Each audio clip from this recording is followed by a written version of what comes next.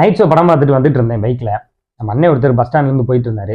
என்னண்ணே அப்படின்னு, ஊருக்கு போயிட்டு இப்போ தானே வரேன் அப்படின்னாரு. சரி வாண்ணே, எனக்கு தான் போகிறேன், இறக்கி விட்டு போகிறேன் அப்படின்னு சொல்லிட்டு அவரை ஏற்றிட்டு போனேன்.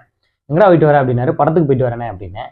எது இந்த ஸ்பைடர்மேன் படமான்னு கேட்டார். இல்லைண்ணே இந்த படம் வந்து டெட்பூல்னு ஒரு படம்னே அப்படின்னு. என்ன பூ அப்படின்னு கேட்டார்.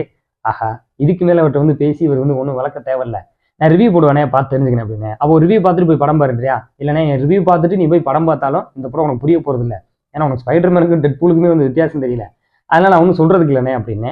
அது என்ன கல்வி, அதெல்லாம் எனக்கு தேவையில்லடா அப்படின்னு சொல்லிட்டு அவர் வாட்டி இறங்கி போயிட்டாப்ல. ஏன்னா நம்ம ஆட்கள் எல்சியூ அப்படின்னு சொல்லிட்டு ஒரு கான்செப்ட் சொல்லும் போது லியோவில் வந்து விஜயும் சூர்யா வந்து அடிச்சு மல்லு கட்ட போகிறாங்க, கமலும் விஜய் வந்து அடிச்சு மல்லு கட்ட போகிறாங்க அப்படின்னு நினச்சிக்கிருந்த ஆட்களே அவங்கள்ட்ட போய் நம்ம என்ன சொல்ல முடியும்? அவர் வந்து நான் தவறாக சொல்லலை. இந்த மாதிரியான படங்கள் மீது நாட்டம் இல்லாத ஆட்களுமே வந்து நிறைய பேர் இருக்காங்க. ஆனால் இந்த படத்துக்குன்னு ஒரு பெரிய ஃபேன்ஸ் பட்டாலுமே வந்து பார்த்தீங்கன்னா நம்ம ஊருக்குலேயுமே வந்து பார்த்தீங்கன்னா நிறைய பேர் இருக்காங்க. அவங்க எல்லாத்துக்குமே கண்டிப்பாக தெரியும் இந்த படம் வந்து என்ன மாதிரியான ஒரு படமாக இருக்குது அப்படின்னு. எனக்கு இந்த படம் பார்க்கும்போது சூப்பர் சீன்ஸ் எல்லாம் எல்லாத்தையும் ஒன்றா சேர்த்த மாதிரி தான் இருந்துச்சு.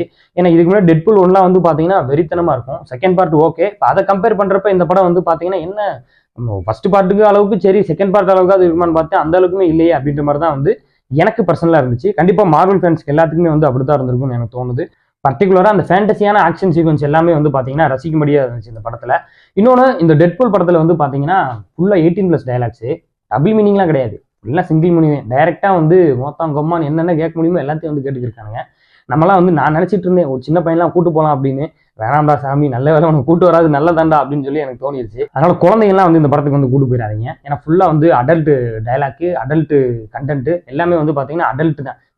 சண்டை போடும்போது கூட வந்து அடல்ட் சண்டையாக தான் இருக்கு, ஆக்ஷன் சண்டை மாதிரி தெரியல, அடல்ட் சண்டை மாதிரி தான் வந்து சண்டை போட்டுட்டு இருந்தாங்க. இந்த மார்வலோட காமிக்ஸ்ல வந்து பார்த்தீங்கன்னா இந்த கேப்டன் அமெரிக்கா, ஹல்க், அயன்மேன் இவங்க எல்லாத்துக்கும் வந்து கடைசியில் வந்துட்டு டைட்டில் கார்டு போட்டு முடிச்சதுக்கப்புறம் ஒரு லீடு கொடுப்பாங்க.